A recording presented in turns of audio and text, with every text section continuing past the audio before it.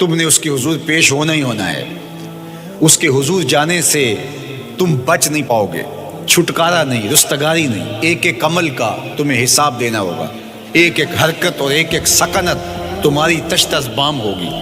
تمہارا پوشیدہ اور مخفی عمل قیامت کے دن سامنے آ جائے گا. اللہ اکبر. یہ قرآن ہے، یہ کوئی فرضی کہانی نہیں ہے. انہ لقول فصل وما هو بالہزل. فرمایا یہ قول فیصل ہے، یہ طے شدہ حقیقت ہے، یہ امر واقعی ہے. یہ کوئی مذاق نہیں ہے کہ یوں ہی کو کہانی بیان کر رہا ہے. یہ سب کچھ ہونے والا ہے. یہ اپنی آنکھوں سے تم دیکھو گے. آج انکار کرو یا اقرار کرو، تمہیں کھلا موقع دیا ہے. حتیٰ کہ تم کافر بن کے زندگی گزارنا چاہو، نمرود بن کے جینا چاہو، فرعون بن کے جینا چاہو، حامان بن کے جینا چاہو، ہم تجھے دنیا پہ موقع دیں گے.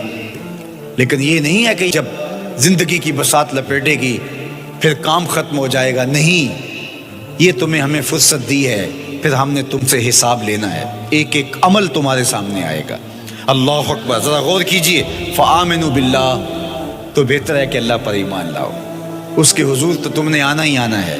بہتر نہیں ہے کہ جیتے جی آ جاؤ، پھر لوگ تجھے اٹھا کے لائیں گے. اچھا نہیں ہے کہ اپنے قدموں سے چل کے آ جاؤ. کی آگ سن لوک یعقوب تینوں جدوں ٹر پہ سر منہ کج کے تو پھر جو کفن کی تنیوں میں لپیٹ کر کے تجھے لے کر کے جایا جائے گا. تو اچھا نہیں ہے کہ اپنے قدموں سے خود چل کے مالک کی دہلیز پہ چلے جاؤ. ایک حدیث میں آتا ہے کہ اللہ بندے کو اپنے سامنے سے ہٹنے نہیں دے گا جب تک اس سے 4 سوال نہیں کر لے گا. آپ دیکھیے، میں دیکھوں کیا ہم ان سوالوں کے جواب دینے کے لیے اپنے آپ کو تیار کر رہے ہیں.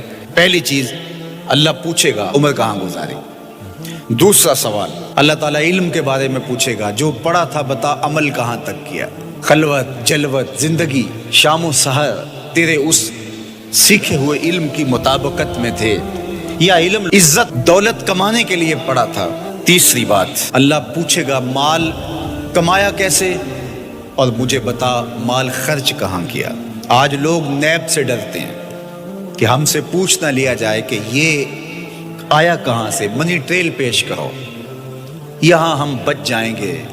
کوئی مکر، کوئی دھندا، کوئی فریب چل جائے گا، کوئی پریشر، کوئی افرادی قوت، کوئی سیاسی اثر و رسوخ، کوئی رشوت، کوئی سفارش. کچھ نہ کچھ تو راستہ نکل ہی آئے گا. اور آج کی دنیا میں صرف یہی پوچھا جاتا ہے کمایا کہاں سے. یہ نہیں پوچھا جاتا خرچ کہاں کیا. جیسے چاہو خرچ کرو، لیکن وہاں سوال ہوگا وَفِيمَا أَنفَقَهُ، خرچ کہاں کیا. یہ سوال بھی کیا جائے گا. وَعَنْ جِسْمِهِ فِيمَا أَبْلَاهُ، اور جسم کے بارے میں پوچھا جائے گا. اس جسم کو دی ہوئی توانائیوں کو خرچ کہاں کیا. بعض روایت میں عَنْ شَبَابِهِ فِيمَا أَبْلَاهُ، جوانی کے بارے میں پوچھا جائے گا. تیری جوانی کے خوبصورت دن کہاں گزرے. مجنو بن کے چوکوں میں کھڑا تو نہیں رہا، پارکوں کے گرد پروانوں کی طرح گھومتا تو نہیں رہا، تیری نظر بدکاریاں تو نہیں کرتی رہی، اپنی خواہشات کا غلام بن کے زندگی تو نہیں گزاری، تیری ساری ساری رات 4 انچ کی سکرین کے اوپر بدکاریاں کرتے بسر تو نہیں ہوئی. پوچھا جائے گا بتا جوانی کہاں گزری. جوانی مستانی ہے یہ کہہ کر کے تو نے ہر ضابطے سے چھٹی تو نہیں کر لی تھی، یا جوانی کے تقدس کو تو نے محفوظ کیا اور راتوں کی تنہائیوں میں اللہ کے حضور سجدہ ریزی کرتا رہا. میرے اور آپ کے آقا و مولا نے فرمایا جو جوان جوانی میں توبہ کرے وہ اللہ کو محبوب ہے. اللہ اکبر. اور اللہ جن 7 لوگوں پر اپنے عرش کا سایہ کرے گا ان میں سے ایک شخص کا ذکر کرتے ہوئے فرمایا وَشَابٌ نَشَأَ فِي عِبَادَةِ اللَّهِ، وہ جوان جس کی جوانی اللہ کی عبادت میں گزری. قیامت کے دن جب کوئی سایہ نہیں ہوگا اللہ اسے اپنے عرش کا ٹھنڈا سایہ عطا فرمائے گا. میرے مخاطبین جو اس وقت میرے سامنے موجود ہے بالمشافہ، اور پوری دنیا کے اندر جو اس وقت مجھے دیکھ رہے ہیں، ان میں زیادہ تر تعداد نوجوانوں کی ہے. تو میں آپ سب سے مخاطب ہوں اور آپ کو کہتا ہوں کہ یہ جوانی دوبارہ نہیں ملنی. بندہ کہتا ہے بڑھاپا آئے گا دیکھ لیں گے. جس طرح ہر چیز کا سرور جوانی میں ہوتا ہے، ہر چیز کا لطف بندہ کہتا ہے جوانی میں ہے، سجدوں کا جو لطف جوانی میں ہے وہ کسی اور زمانے میں نہیں ہے.